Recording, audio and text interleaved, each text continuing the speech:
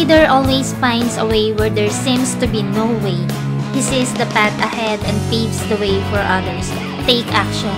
One thing is not enough. Act upon your goals. I'm Michelle Yu of Team Flash Out Korea.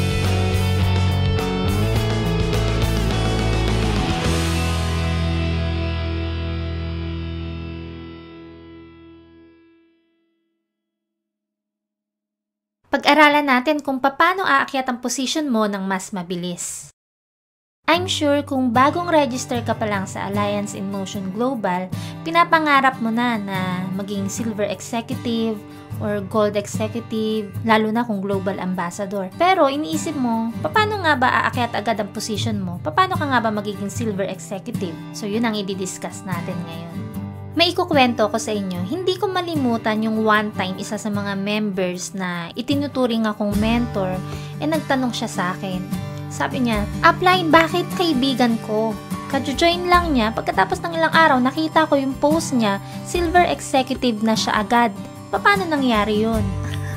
So ako naman, medyo natawa ng konti kasi yung reaction niya parang gulat na gulat siya. Pero heto yung explanation niyan kung bakit. Ang maling akala ng iba, ang pag-akyat ng position ay nakadepende sa dami ng members na napapajoin. Pero hindi po ito totoo.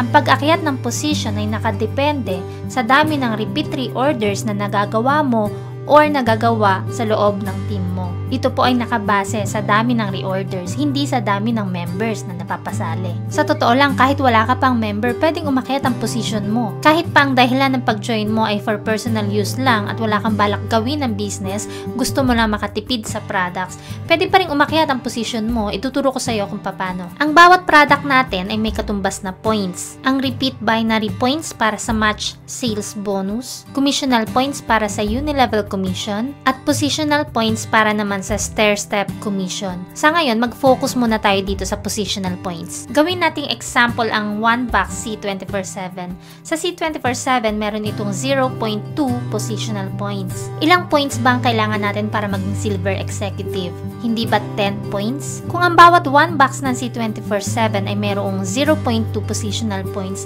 ilang box ng C24/7 ang kailangan mo para makabuo ka ng 10 points? Sa kada 1 point, ito ay may katumbas na 5 boxes of C24/7. Kaya para ma-reach mo ang Silver Executive level, kailangan mo ng 50 boxes of C24/7. Kaya kung gusto mong umakyat agad ang position mo sa Silver, pwede kang mag-reorder ng 50 boxes C24/7 ng isang bagsakan lang. O kahit na anong combination ng products, basta aabot ito sa 10 positional points, automatic magiging Silver Executive ka na agad. Pero kahit naman hindi ka mag-reorder ng isang bagsakan ng 50 boxes C24/7, as long as continuous ang reorder mo at ganun din ang mga leaders sa loob ng team mo, aakyat at aakyat ang position mo from Silver Executive up to Global Ambassador. Heto naman ang pangalawang example kung paanong ikaw at ang mga members mo ay pwedeng maging Silver Executives agad.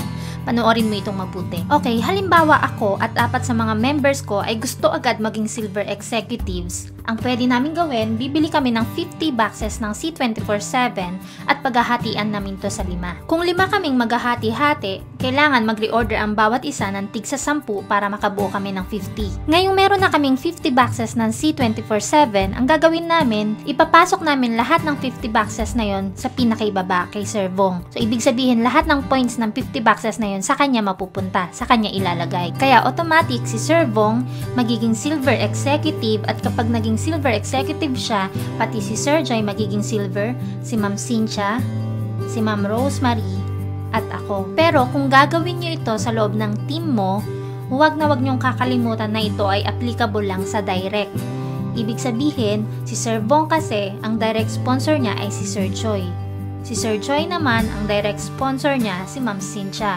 Si Ma'am Cynthia, ang sponsor niya si Ma'am Rosemary, at si Ma'am Rosemary naman ang sponsor ay ako. Halimbawang nagkataon na si Sir Vong, ang sponsor niya ay si Ma'am Cynthia, at in-apply natin ang technique na to para maging Silver Executives agad, ang mangyayari si Sir Joy hindi siya magiging Silver Executive kasi hindi siya ang sponsor ni Sir Vong. Ang magiging Silver Executive lang ay si Sir Vong, si Ma'am Cynthia, si Ma'am Rosemary, at ako. Kaya dapat bago i-apply ang technique na to or strategy na to, dapat ma-check muna kung sino yung sponsor ng bawat member sa line. Wala namang limit ito, kahit ilan kayong gustong maging silver executives sa line ay pwede. Basta i-check nyo lang yung sponsor ng bawat member sa line. At syempre, kung gusto mong maging global ambassador agad, malaki ang may tutulong kung marami ka ng members kasi mas maraming repeat reorders, kaya mas napapabilis ang pag-akyat ng position. Kaya sa ganitong business, importante talaga ang teamwork.